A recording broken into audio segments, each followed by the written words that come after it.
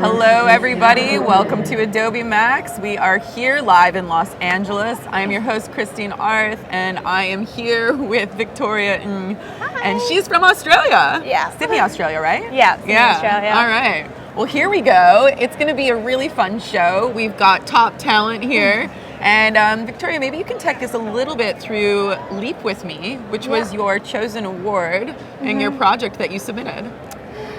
So initially I wanted to actually use my original name, like Victoria, but then a lot of it was taken up. So I chose Leap With Me because I think my Instagram is kind of like a journey that I want to take my audience with me. And so it's the idea of come along this journey. I don't know where I'm going to, but hopefully I'll go somewhere that I could share, like today, with you guys, and some tips and tricks, or any advice that I can give anybody out there. So yeah. Amazing. Well, we have a lot of people out there in chat that are probably going to be asking for some tips and tricks and anything else that they want to know about Victoria. So hello Stone, Marilyn, Richard, Tim, Christian, Alberto, Andreas, Abdul, Lindsay, Huxel's there, Monir. We've got a lot of people that are returning, so pressure's on. Pressure's on. No pressure whatsoever. Yeah. So why don't you take us through it? Yeah, sure. Okay.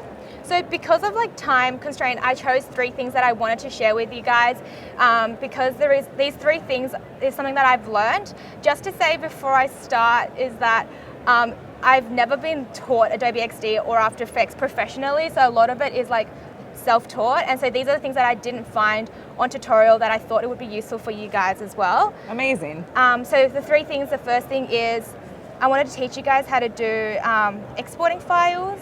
Oh, it's not letting me escape. Oh, there we go. There we go. So let's go to XD, which is down at the bottom.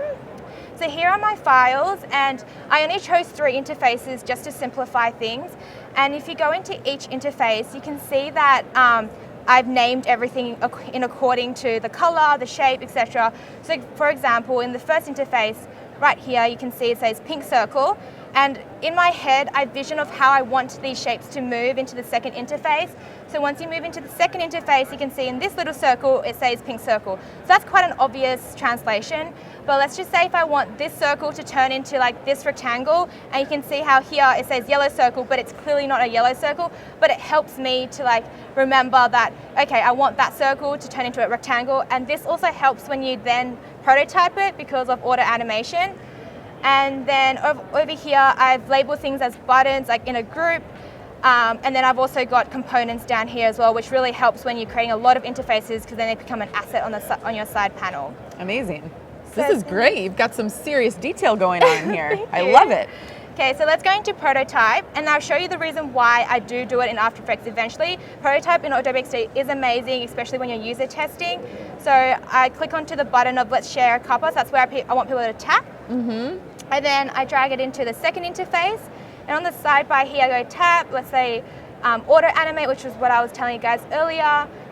Ease out, we'll just leave everything just to simplify it. And then in the second interface, when people tap nickname, I sort of want the keyboard to slide up. And so I drag it down here, and then on the sidebar, I do overlay, and you can see the screen sort of box coming up, and so I drag it to where I sort of want it to be. So I say right there. And then let's say afterwards, we want to go back into the next interface.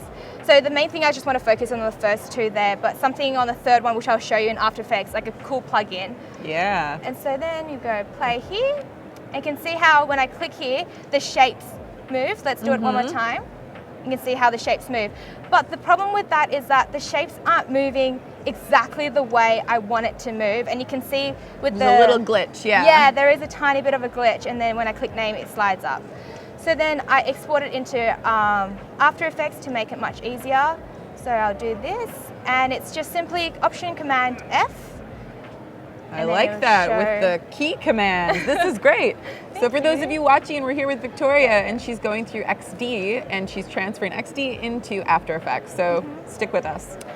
And so in After Effects, you can see how we've got heaps of stuff going on in the layers, and it's quite confusing.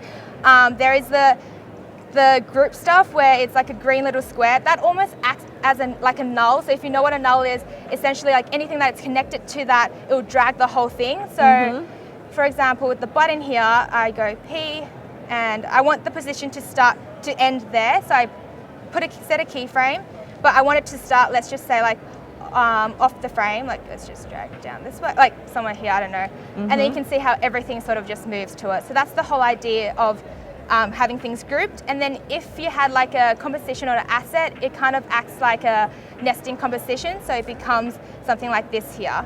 So it's like a composition where you click into it and you can work with inside that composition. So it helps sort of like simplify your layers. It makes it much easier. Fantastic. So things like background, cellular connection, Wi-Fi, that kind of stuff just stays fixtured throughout the whole, like your whole animation, right? It doesn't really move.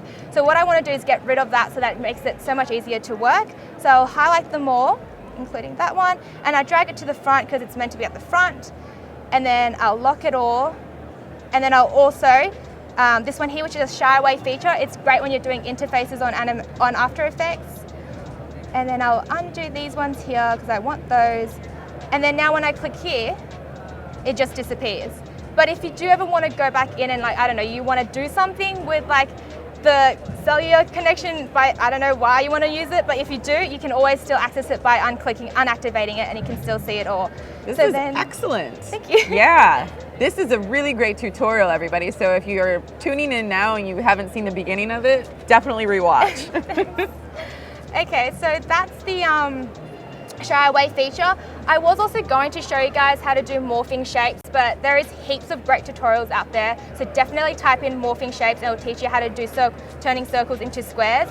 But the other thing that I wanted to mention is the bouncing back effect that you see a lot in like interfaces. So something like this. Oh, it's lagging. Let me do quarter. It'll be a bit blurry, but it'll be faster. My computer's really laggy. But so you can see how it does that bouncing effect. Yep. So initially what you would have to do normally is you go into reminder here. With this one here, I've done the normal way of doing it where you scale it from 0 to like overshooting it, so 110%. Or 109.9. 109.9. You're like, yeah, you know, like 109.9, whatever. Yeah. Close enough. And then you shoot it back down to like the size that you want, so like 100%.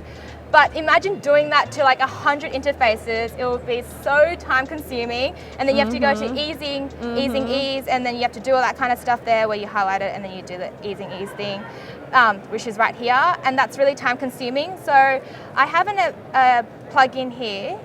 Ease and whiz. This is great. I think there's a lot of people out in chat that are like, do you have a YouTube channel? You should. Really? Yeah. I can't find my... Oh, hey, Chris Bernay. Welcome. Oh my gosh. Oh, wait. It's nice to see you out there in chat taking notes. Yeah, so then if you do want to do all those those animations super easy, you can go to here. This plugin is called Ease and Whiz, and it's super great because you can do like expo out, expo in, bounce out, bounce back in. There's heaps. So if you go down here, you can see all the different options, and that means you don't have to go into every single keyframe and just adjust that. And it's designed by Ian Haig from Ketchup, and it's absolutely free, but like you can definitely donate and give back. I mean, he gave you so much, so you should give back. I would say so. I love that. Yes, totally. Yeah. So what I've done here is that I've got a keyframe right here, and I've got another keyframe right here. And you can see that I don't have to then do the whole like shooting out and shooting in. And the great thing about this too is, see, I don't know anything about coding, but if you go into This is the best part. When you're saying, I don't know anything about coding, I'm like, but you've got it here. This is great. I was like, this is fantastic. If you go into the expression and you scroll down. Yeah, there's a lot of people in chat that are really excited about this, wanting to know how to learn this, as well as curious about how to make these animations morph in this way. So this is a great tutorial. Yeah. Yeah. So down here you can see like S equals to 0.9, and that's back overshoot amount. So if I rank this up to like, let's say like 5, and then I can like show you quickly, you can see how like it's like shooting, it's like, let's see here, I'll do it slowly.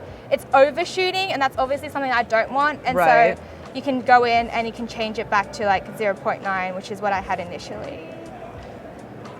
Look at you saying you don't know code. You're in there. I don't know any of this. You're in there. This is all Ian's You're work. doing it. Wait, where's the bar thing? I'm like losing it now. Hello, Michael, Ang, Ewan. Hey, Ewan's out there. I have a feeling maybe relationship? Yeah. Is that a family member? Who? Sorry? Ewan? Oh yes, that's my dad. Hi. Yeah. Hey, Dad. Welcome. How cool. I was like, I see a similar last name, so. Okay, you know what I mean. Quinn, Tim, Here you go. Abdul, Mad Mellow. Hello, guys. This is great. There we go, I've changed it. And then now you can see how it does that. No more overshoot. Yeah, so it does like just a little bit, and that's exactly how much I want. Yeah. Yeah. So Okay, good. yeah.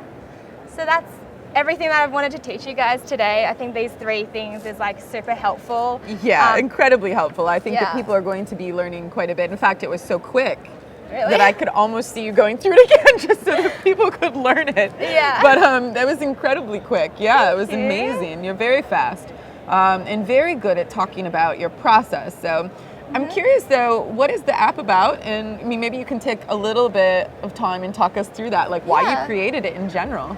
So initially I had a brief. The brief was, at the moment technology is infiltrating our life and it has a lot of negative connotations. So like as in like social media, bringing anxiety to people's lives, etc. And so it's a way of how do you sort of reverse that idea and connect people through technology in the real space. And so I think for me, like I live in an apartment, and so this sort of was inspired by like my own personal experience, and I think a lot of my projects are quite inspired by my own personal experience, and I've noticed that when you can relate a project to your personal experience, it creates a lot more connection to the project and actually does a lot better as well. Yeah, it has the connection to you, and then it's more human in the long run, and your projects are actually more flourished. Yeah, and so with this project, I noticed that when I go into an elevator, it's super awkward. I don't know who to talk to. Like, I mean, there's a stranger in this elevator, and I want to talk to them, but I don't really know how to. And then, so I did some research on it, and I realized that in Australia, in Sydney alone, well, in Australia, there's 47% of people who don't have a neighbour to call in an emergency, and 50% people don't even recognise their neighbours on the street. And in fact, 51 by 2024, if I'm correct, there will be 51% of apartments compared to like houses. Yep. So more city dwelling versus suburban dwelling. Exactly. Yeah. And the fact that we are living so much closer and living on the same land, it sort of shocks me that like we are becoming more and more isolated from the real world. And so Cuppa is a way of easing that idea in by fostering connections with apartment dwellers and becoming mindful consumers. And the reason why it's becoming mindful consumers is because people get to share things within that apartment. And so let's say you live downstairs and you wanted a cup of sugar, and then you just went on Cuppa and just asked for a cup of sugar, and I was at home and I could just share some to you, rather than buying like a whole jar of something when you only need a tiny bit. You only need a little bit. Yeah, that's why you need neighbors. Yeah, exactly. That's perfect. Yeah, and so is that why you named it Cuppa? Yes. I love it. Cuppa sugar. Yeah. And so hopefully eventually one day they would invite you in and have a cup of tea. So that was the whole idea I of love it. that. Yeah. You know, I feel like that's such it's a really nice way to bring something old-fashioned, like understanding your surroundings and your neighbors and sharing into the modern day. So what a great concept. Yeah, and also IKEA did a report recently that was talking about actually a lot of people looking to buy homes is looking for community, and I think Cuppa is a great way to sort of bring that community in and where people can sort of network and connect. And if you have noticed, my Cuppa app doesn't have a chat room or anything like that. And the idea of it is this idea came from my teacher Aaron. He was like, there is already so many apps out there, like WhatsApp, tons of Messenger. chats. We don't need any more chat We don't need any more There's chat too rooms. many places to chat. Exactly, and because you live in the same building, you can just chat in person. You don't need to go online and chat to someone. Oh, what a great idea. So are you going to continue to work on this outside of this project? As in on Cuppa?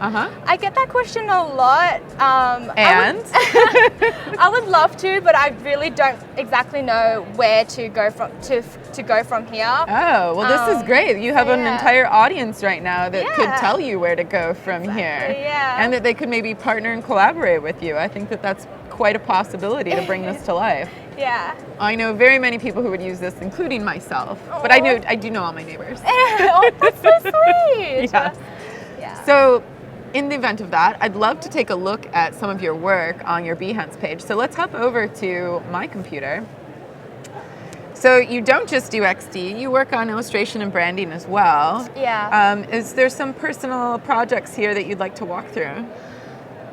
Maybe the packaging one for sure. All right. That one was also based on a personal experience. So at that time when I was doing this project, I was feeling like I was always exhausted, always tired and lack of energy, and I wasn't exactly sure why, and no one could really tell me that, like, drink more water, sleep more, and that was like their constant advice for me. Right. And so I went to see the doctors, and he said I was low in vitamin K and vitamin D and iron, etc. And that's why I'm like feeling all these symptoms. It's a lot of vitamins to be low on. Yeah, and so he was like, you can take all these supplements, etc. But I'm not a pill kind of person. Like, I don't like taking supplements, and I like to do it like a more natural remedy. And so I noticed that a lot of packaging design is often like very focused on like fat-free, calories only 250, I don't know, like that kind of stuff. And people are always tracking their protein and tracking their fats, etc. But not a lot of people focus on what is actually important in like our food. Which is what are the components? Yeah, and so what am I going to get out of this? What does my body need? Yeah, exactly. And so with these health foods, like these powders, if you see in the packaging, it's on the side. They've got like the actual, if you go scroll down.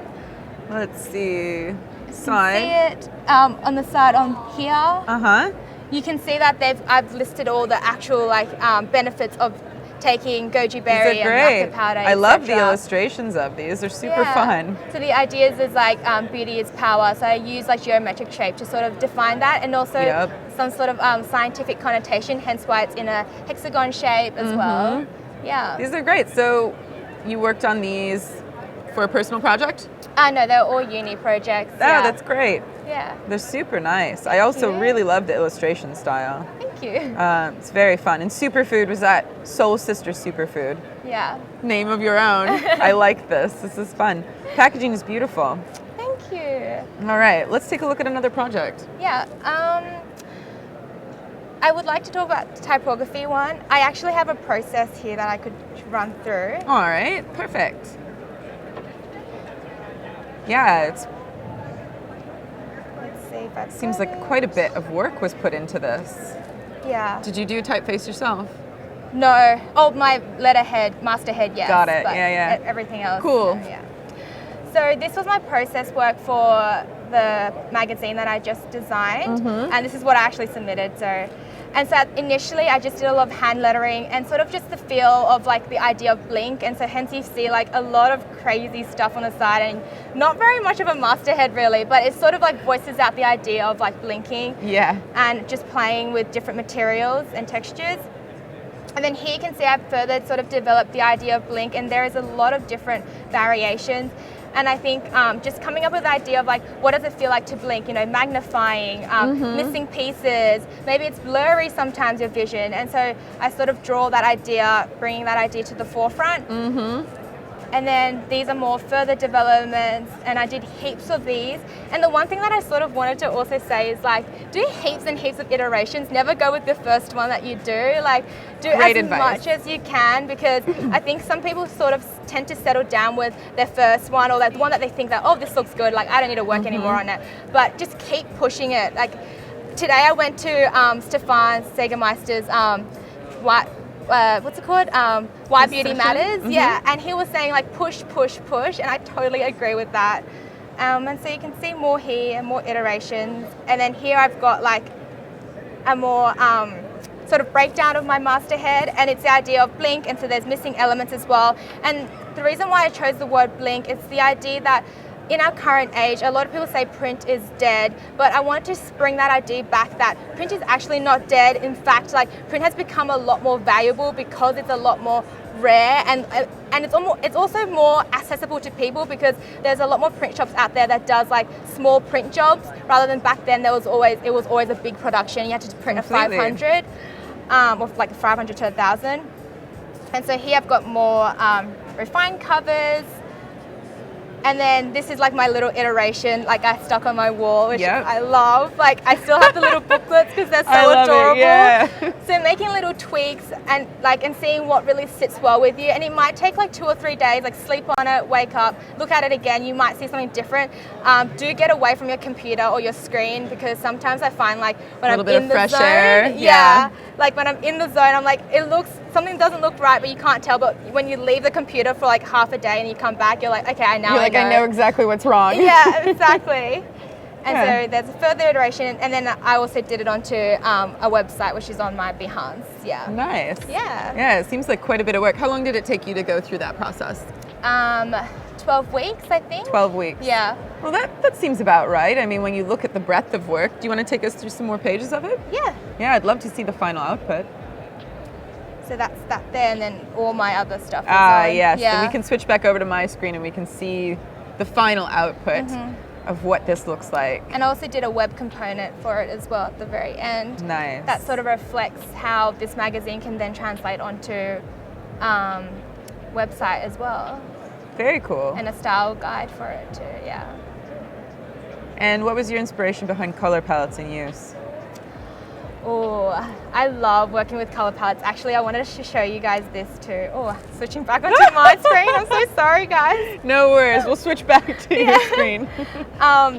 This was like my color palettes for Cuppa that I was choosing from. What inspiration? It's like from gut feeling, really, a lot of times. But I love color. Like you can see how many colors I've got in for one project. This is good because you can also keep these color palettes and use them in your library on Creative Cloud so that you can import them into anything. It's wonderful. Recently I got my nails done and this girl created these colors for me for my nails, and I'm like, can I take a photo of it? Like I absolutely love these colors and I want to use it one day. I love it. Inspiration for color palettes can come from anywhere. I often find mine in nature. But I really do like that you're referencing from somebody's nails. It's so funny. I'm like, I love these colors. I need them in my life somehow. So exactly. So I'm waiting to use those one day. So yeah. Oh, that's fantastic. Well, this has been really fantastic to look through your work, your process. What are your plans for the rest of Max? As in after I leave Max? Yeah, after you leave Max, what are your plans? Well, I've got a wealth of like inspiration from everyone here. I'm so happy to be here. It's so amazing. And I guess when I go back, I would really love to learn how to do a bit of coding because I would love to make some of these projects that I have inside my head real life. And so knowing how to code, and so knowing the limits of it as well, and potentially like also hoping to do a study in America. That's something that I'm looking into as well. But yeah, and I'll be interning at Deloitte Digital, so that's exciting. Fantastic. On user experience design. That's very exciting. So it'll be nice to know because, like I said earlier, I don't have any like I didn't learn Adobe XD at school, and so it would be nice to be in a company to learn like the user experience and the strategy thinking and what's the actual steps to sort of create an app or a product or anything for anyone out there. Well, I think you're up to a really great start, and I have all of the confidence that you will achieve all the things that you want to desire and do very, very well. Victoria, it was so lovely having you. The tutorials were wonderful. For all of you out there, thank you for joining us, and stick with us at Adobe MAX. We'll have more to come. Thank you.